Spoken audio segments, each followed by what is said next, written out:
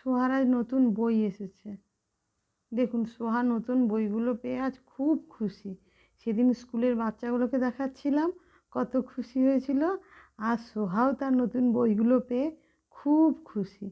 বই এনেছে, নতুন ব্যাগ এনেছে, আনন্দে আত্মহারা। শুধু এবার স্কুলে যাওয়ার পালা। কিন্তু আমি আপনাদেরকে আজকে আরও কিছুর ব্যাপার নিয়ে কথা বলতে চাই। দেখেন, আমাদের যদি শরীর সুস্থ থাকে না, তখন সবই ভালো লাগে। স্বাস্থ্যই সম্পদ কথায় আছে না? তাই স্বাস্থ্য নামক সম্পদটা সুরক্ষিত থাকলে তখন সব সম্পদই কাজে লাগে। আর ওই সম্পদটাই যদি খারাপ হয় বা বিগড়ায়, তাহলে আপনি যত সম্পদই অর্জন করুন না কেন, সব ওই স্বাস্থ্য সম্পদেই আমি চলে যায়। আপনাদের সাথে একজনের পরিচয় করাই।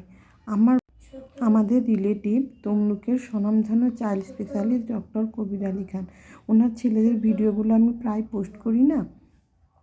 উনি ওনার এই ব্যস্ত লাইফের মধ্যেও প্রতিটা বছর ওনার রুটিন চেক আপ করতে কখনো বলেন না। শুধু ওনার না, ওনার ফ্যামিলির রুটিন চেক আপ উনি সব সময় করে যান।